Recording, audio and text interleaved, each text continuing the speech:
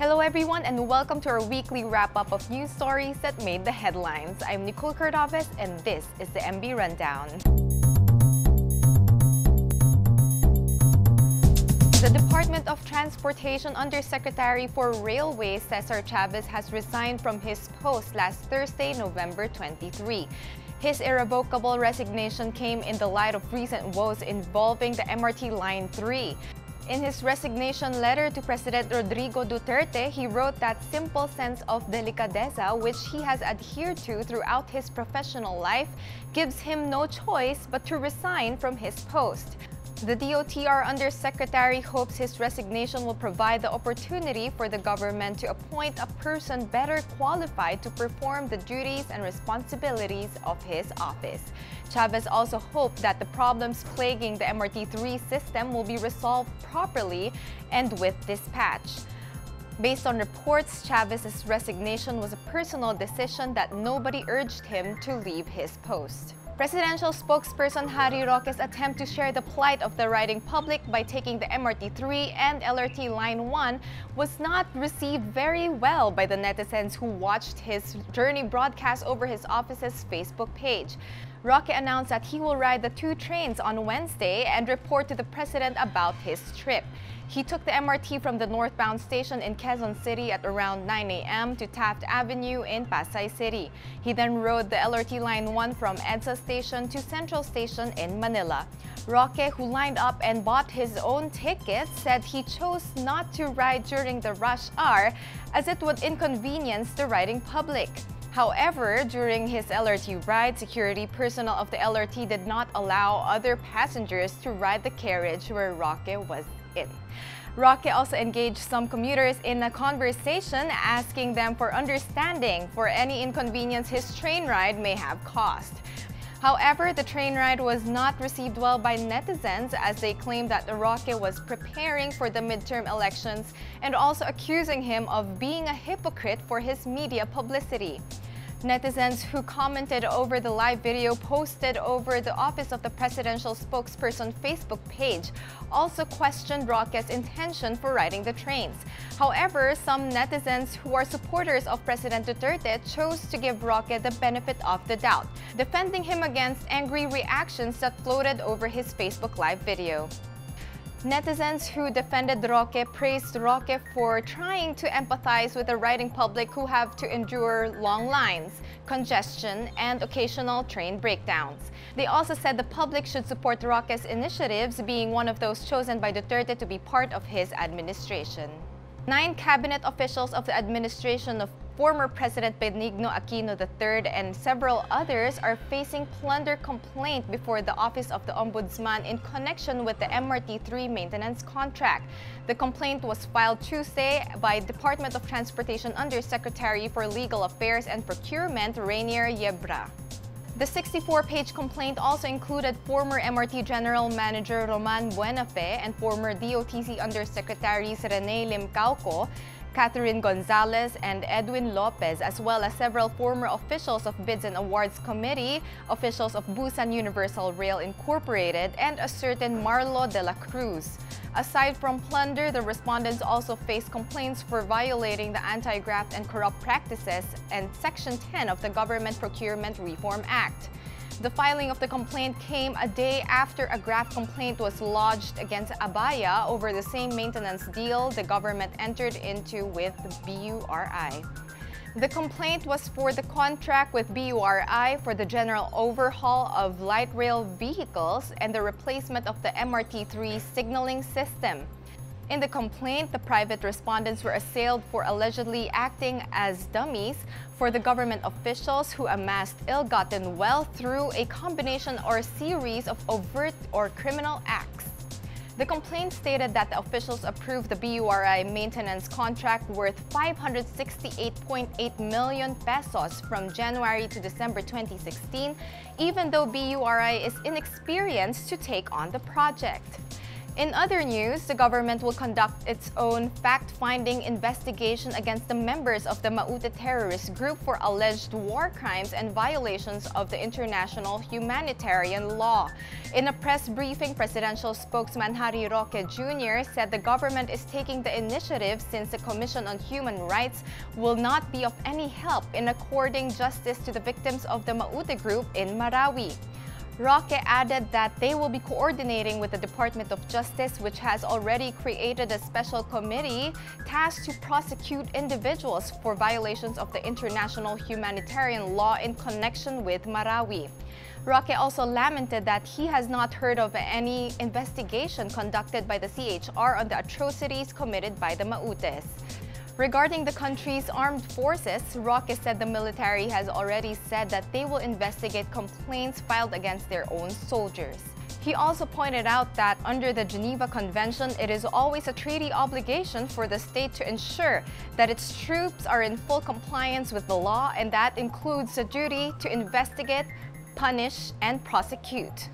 Senator Bam Aquino on Tuesday welcomed President Duterte's acknowledgement of the need for a healthy competition in the telecommunications industry, but this should not be limited to inviting only one country. He was referring to a bilateral talk between President Duterte and Chinese Premier Li Keqiang, where the Philippine leader offered to the People's Republic of China the privilege to operate the third telco carrier in the Philippines. At present, there are two big telco firms in the country, but they are being criticized for their slow internet services. While pressing for the approval of the proposed Philippine Competition Act, Aquino said Japan and South Korea are also interested in entering the Philippine telco sector. Aquino said domestic cable operators want to form a big consortium to be able to compete with the big telcos. The government, therefore, should make the entry of more telcos into the telco sector and eliminate the red tape that would lead to better internet services and lower rates. At least 16 chiefs of police have already been sacked in their posts since the PNP intensified the campaign against illegal gambling. According to PNP spokesman Chief Superintendent Junardo Carlos, most of those relieved were from Calabarzon Regional Police, with 6 chief of police followed by Bicol with 5. 2 others were sacked in Central Mindanao, while 1 each in Western Visayas and Northern Mindanao. PNP Chief Director General Ronald De La Rosa vowed to eradicate illegal gambling in 15 days with the threat of relief of regional directors who would not perform. This information was released after the PCSO criticized the PNP for focusing on small fry and threatened the cutting of the PNP share on legal gambling operations. De La Rosa backtracked later, citing the need to focus on the war on drugs. Zimbabwe's incoming President Emerson Minagawa was preparing Thursday to take power after the shock resignation of Robert Mugabe brought 37 years of authoritarian rule to an end. Minagawa, who has close ties to the army and the security establishment, returned to the country on Wednesday to take the reins and told adoring crowds in Harare that they were witnessing the unfolding of a full democracy. The speech was his first since Mugabe fired him as vice president on November 6 over a succession tussle with the former first lady, a move that prompted the military's intervention to force Mugabe from power, leading to his resignation on Tuesday. He was surrounded by a large security detail and arrived at the headquarters of the ruling ZANU-PF party in a presidential-style motorcade. 2 young men held a stuffed crocodile over their heads, a reference to Minagawa's nickname earned for his reputation for stealth and ruthlessness. He had flown in earlier to Harare's Manyame Air Base from South Africa and met key ZANU-PF officials before heading to the State House, the nerve center of Zimbabwe's political establishment, for a briefing. Mugabe's iron grip ended Tuesday in a shock announcement to Parliament, where MPs had convened to impeach the 93-year-old leader who dominated every aspect of Zimbabwean public life for decades. He had last been seen in public on Friday and had given a televised address on Sunday, but neither he nor his wife Grace have been seen since, with their whereabouts unknown. On the streets, the news that his long and often brutal leadership was over sparked wild celebrations which lasted late into the night. with crowds dancing and cheering amid a cacophony of car horns. The selfie caption may read, "Peace and love from Miss Iraq and Miss Israel," but the reaction to them posing together has prompted something closer to push and shove. Beauty queen Sara Idan and Adar Gadelsman are representing their respective countries at the Miss Universe pageant in Las Vegas, but Iraq's Idan probably wasn't betting on the backlash to her Instagram post. More than 3,600 likes greeted their picture, but it also triggered an avalanche of comments, some positive and others negative, in a country that does not recognize Israel, with which it is still technically at war. In a response in Arabic, 27-year-old Idan said Gadelsman told her she hopes that one day there will be peace between Judaism and Islam and that their children will not have to do military service. Idan, a Muslim, was born and raised in Baghdad. Following the US-led invasion in 2003, she worked with the American military from 2008. She later moved to the United States and got a degree in Los Angeles. Gadelsman, who is 19 years old, also posted a picture with Idan on her own Instagram account saying, "This is Miss Iraq and she is amazing." In 2014, her country's Miss Universe contestant provoked uproar by posing with her counterpart from Lebanon, another Arab country with which the Jewish state is still technically at war. Our very own Miss Universe Philippines, Rachel Peters, will try and clinch the 4th crown for our country. You may help her by voting for her via tweeting the hashtags Miss Universe and hashtag Philippines. To be safe, make it all capital letters. You can also vote online at www.missuniverse.com/voting. The Miss Universe Coronation Night will happen on November 26, morning of November 27 in the Philippines at Las Vegas. One school that reigns supreme in cheerleading in the country is the National University Pep Squad, who is known for consistently performing difficult and near-perfect routines. The NU Pep Squad is currently preparing for the 2017 UAP Cheer Dance Competition, which will happen on December 2 at the Mall of Asia Arena. Manila Bulletin's online health and fitness correspondents caught up with the Blue and Gold Bulldogs during one of their trainings.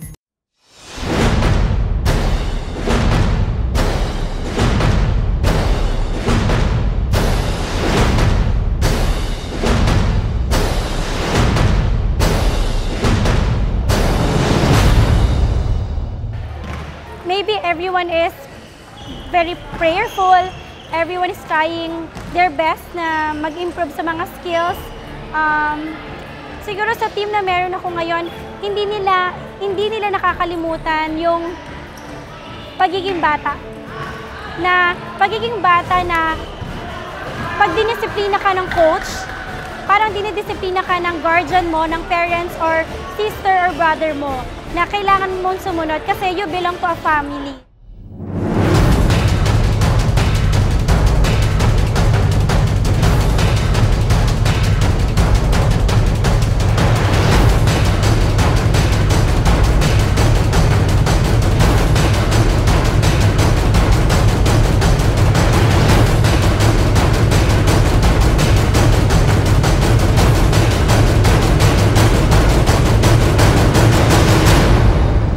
You can catch the 2-part video feature on the NU Pep Squad next week at Embody's website or at their official Facebook page.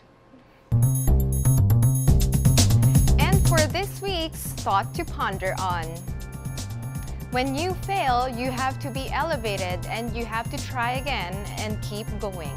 And that is by Miss Universe 2016 Iris Mitunea. That's it for this week's edition of the MB Rundown. I'm Nicole Cordobes. Have a great weekend.